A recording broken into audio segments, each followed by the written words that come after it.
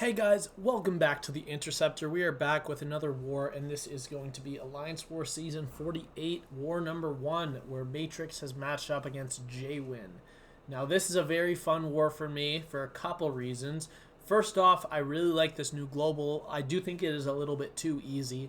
However, last global was so bad, so badly designed, like so terrible, that just anything that's doable is incredible to me. It's really like the standards are so low for Kabam's global making skills right now that I don't really care that it's easy because it's just not terrible, right? Pretty much that's it. So yeah, today also we have the team of Gambit, Hood, and Moleman, which is just an amazing team for me because Gambit and Hood, two of my absolute most favorite champions in the entire game. In fact, in their respective classes, they are my favorite champions. Gambit is my favorite mutant, and Hood is my favorite mystic, so getting to use them both in the same war and then taking all my fights is pretty cool. This is a Nick Fury on Path 1, Section 1, the first node with the regen. And essentially what we were trying to do here is just get to an SP3, bait this SP2, and then we are good. So I'm going to parry that to get an extra prowess to remove possible future indestructibles, as well as also slightly increase my damage. I think it's 1% special damage per prowess.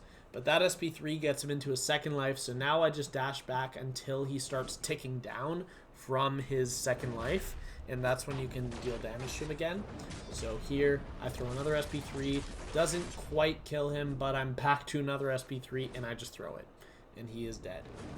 If you were wondering, with a 200% power back boost, you need to deal 54% of the opponent's health with an SP3 to get back to an SP3. So I did my duels in the matchup, and then I adjusted those numbers by boosts and a couple other factors to determine if I would be at SP3 after SP3. And it actually worked out. I found in my duels that I was able to get back to SP3 after an SP3 in every single Gambit fight that I had in this war, so I was very confident going in. Might not be the case for the future. There might be a scenario where I have to throw an SP2 with Gambit, but that's not even the worst thing because the SP3 inflicts a super long stun, so I can just walk in and hit him with an SP2 while I have full prowess. And the SP2 often does more damage than the SP3, so that might just get me back to an SP3 if that doesn't kill. Although at that point, most defenders are dead. Most defenders are dead. But long dead. Either way, it is so nice to have Hood and Gambit as tactic offensive champions who remove the indestructible, and also while they have prowess they can pause the indestructible timer. It's just so great. And I was told what path I was taking in Section 1 and what mini-bosses I had to take, and I suggested to my officer that I take this path in Section 2, and I told him both of these fights look really easy, I'm sure I can manage it, and he said okay, go ahead, and then I joined a few hours later. But I basically just chose a path that Gambit and Hood could take pretty easily. My original plan was to use Gambit for this Morbius and Hood for the Mangog on the next node, but I end up going with Gambit there just because even with Moleman synergy for Hood giving me back some bullets, I still just want to be extra safe that I have enough bullets, because the last fight of my war and Hood's last fight is by far the hardest fight of the war for me. So I just want to be super safe and careful. So I am running half Suicide Masteries. I'm running the Bleed and Recoil, no poison. The reason I'm doing that is because Gambit heals from Bleed. Not only does he not take damage, he just heals. Just like from Recoil naturally, so I end up getting through all of my fights this war without a single potion. Other than one potion, one singular potion I use on Hood, but I meant on Gambit specifically. So the strat here is to bait SP1s. And if you don't know the way that this node works, every time that you block a hit from the defender's special attack, any hit, they gain 1 passive prowess at the end of the special. And if they throw a special while they have 3 or more prowess, that special is fully unblockable. So basically the only way that would matter in this fight is if he threw 1 SP2, got all the prowess, and then threw another SP2 into my block, but he just doesn't have enough time to reach a second SP2 because this SP3 is almost going to kill him. And despite the fact that I'm at an SP3, it is faster to just walk him in and hit him with 1 medium attack. So I did that. Other than that, not much to say about either of those fights. It's a diversity node for Morbius, and for Mangog, Gambit just kills fast enough that you never have to worry about his special interaction with the node. Although, to be fair, Mangog's not that great of an Alliance War defender anymore, and that is one of the better nodes for him. So it's not terrible. So here we have this Agent Venom, and this guy actually placed with the Suicide Masteries. Not that it would affect the fight. This fight would turn out literally exactly the same, like not even slightly different, if he did not have those Suicide Masteries. In fact, if this was a 6-star rank 5 Ascended Agent Venom on defense, it would have turned out exactly the same. But you'll see what happens. So this is a regen node, and the regen is actually quite hefty. It is now at almost 8,000 per second. But what I am going to do, and the whole strat for this fight, was get to an SP3, and then the defender's dead. And you'll notice how much he's regenerating right now. Yeah, I just don't care. Heavy attack, parry stun, into an SP3, and he's gone. Like, he's at 5%. I'm going to walk in, hit him with medium attack. Technically, it is possible that he could have purified both of those stuns. However, I am running the mastery that reduces ability accuracy during stun debuffs, so that does affect tenacity, or Agent Venom's tenacity at least. So the chances of him shrugging them both were very low, and even if he had, I did have my SP3 ready, and I was paying attention to the stun so that if he had shrugged them both off, I would have just thrown the SP3 to kill him. So there, I took a little break because I was double checking my notes to make sure I was taking the right mini boss. And I also switched my masteries. I turned off the Suicide Masteries, and I also reduced my Mystic Dispersion from level 5 down to level 3. So here we are going to use the special attack boost, but we are not going to use the power back boost. And the reason that we are not using the power back boost here is because I took this fight last season, in the middle of the season, and I actually died with 3 out of 5 Mystic Dispersion, like you should. However, I used Mystic Power Back Boost because I had fights with Hood before and after this fight. So I just wanted to be safe. I threw on a Mystic Power Back Boost for all of them, and I found out the hard way that it just doesn't work. It just doesn't really work with Hood, unfortunately. And the reason is because even though you lower your MD to 3 out of 5 so you don't reach an SP3 after an SP2, the hit damage does enough with the power back boost to send you to SP3 every single time. So after about 2 minutes of struggling in that fight, last season I did actually die, and the only mistake I made was the power back boost. Like, without that, it would have been as perfect and as clean as that fight was right there. Just unfortunate, but we learned from that stuff. We learned to never put on power back boost when I'm taking that Gorr, and now I know. But here we are throwing power back boost back on, and I am unfortunately going to forget to turn on Mystic Dispersion 5 out of 5, and it would have helped in this fight for sure. But this is Adam Warlock on node 47. This is a particularly brutal node to take Adam Warlock on, and despite the fact that I have done it with Hood, this global just adds another level of complication to the fight that didn't exist. And here, oh no, it would be right here. Here, I am trying to get him to throw a heavy attack. He just doesn't want to, and he just beats into my block. And we basically, at this point, lost control of the fight because I have no way to weave in a heavy attack. I'm going to pause the fight right here. 25 charges on him, 25 hexes on him.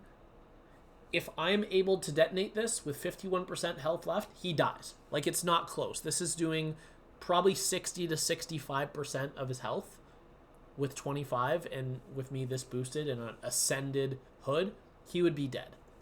I don't have a way to throw a heavy attack because he constantly has that sovereignty buff, which makes him stun immune, or at least reduces, technically what it does is it reduces the duration of incoming stun debuffs by 100%. So the only way in this fight I could possibly throw my heavy attack is A, while the sovereignty buff is gone, or B, by throwing a striker and then a heavy. And I just don't reach a striker in time. So unfortunately, I'll play the video now. I get in a really bad situation. There I go for heavy attack because I didn't pay attention to the miss timer. And look at this. You see what that says? Energy protection. So when Hood's hexes expire naturally, they do a certain amount of damage. It is much lower than the amount of damage that you get when you detonate them with your heavy attack, but it's still a significant amount of damage, and at this point, it would have probably knocked off about 30% of his health. So he probably would have been down to about 25%, but unfortunately, he throws that SP2, triggers his energy protection, and takes no damage from all the hexes, which is just so tragic. And unfortunately, because of not being able to throw my SP2 because of the falter, I got pushed to an SP3, and I have to full block SP1s. I can't dex them, or else that triggers the indestructible from the global. But we're just not in a very good situation right here, honestly. And he keeps throwing SP2s, and at this point I realize I just have to throw my SP3. If I'm going to save this fight, it's going to be from getting back to an SP2 and controlling his power. That's how this fight has to go if I want it to end my way. He does have the falter on, so I am able to stack a few debuffs here.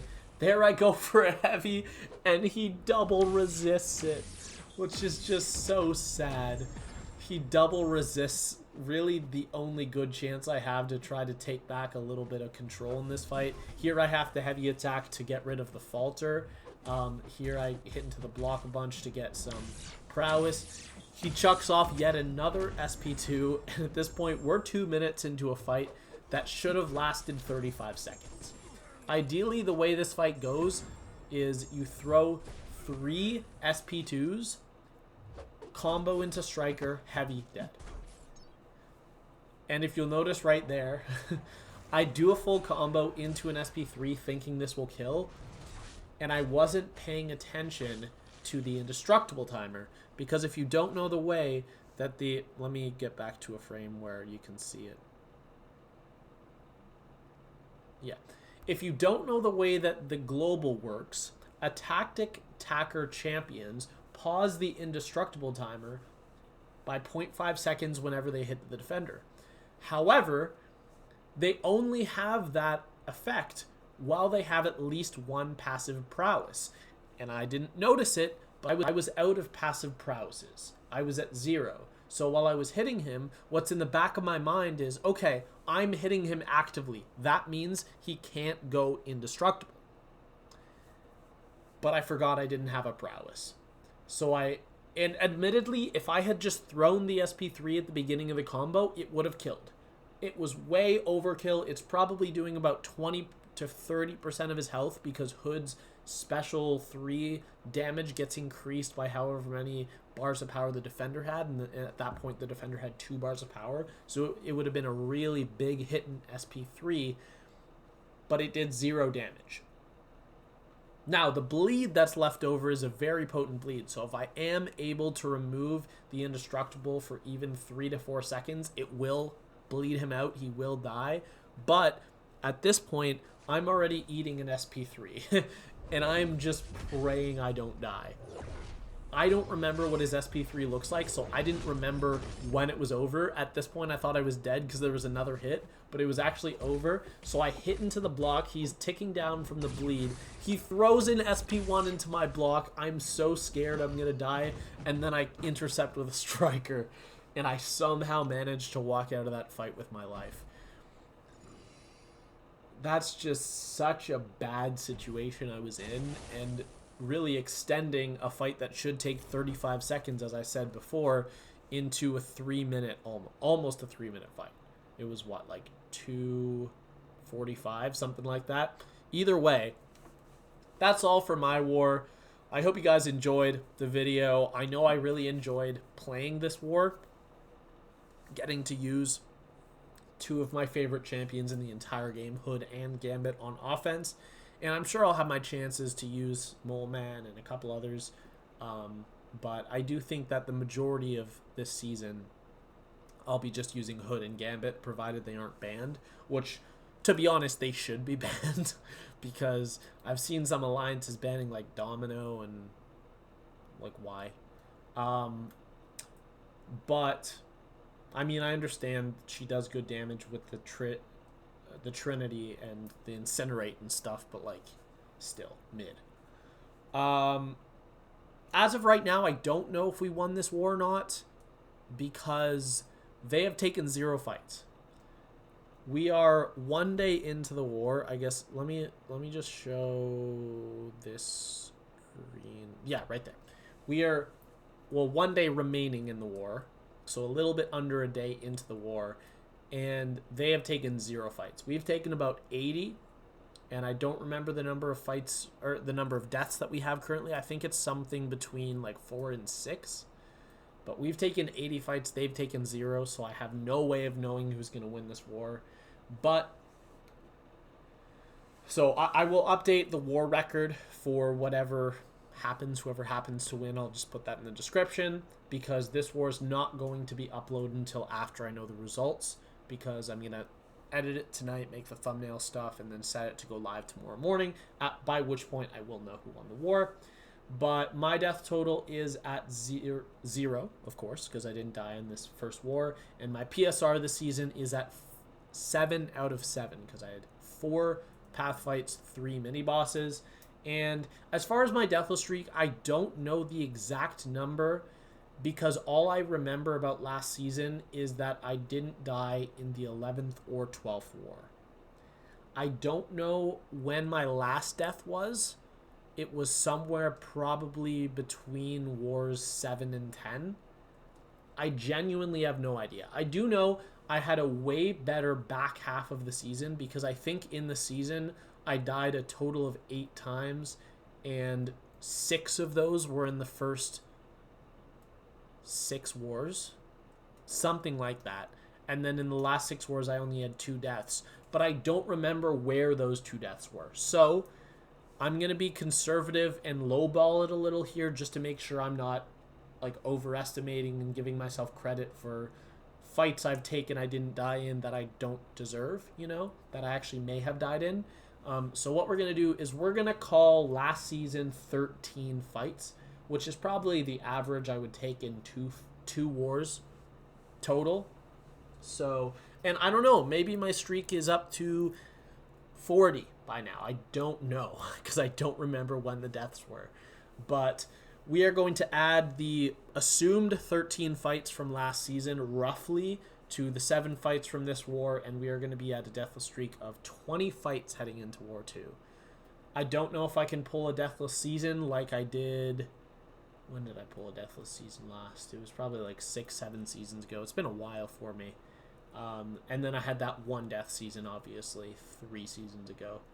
But I don't know. I really think that with myself having Hood and Gambit, I have the potential to put up another really solid season. So hopefully that works out. But if you love seeing that Gambit and Hood gameplay in War, make sure to subscribe, and you'll see the next videos. As of right now, I am planning to upload for the rest of the season. So thank you all. Have a great day. Bye.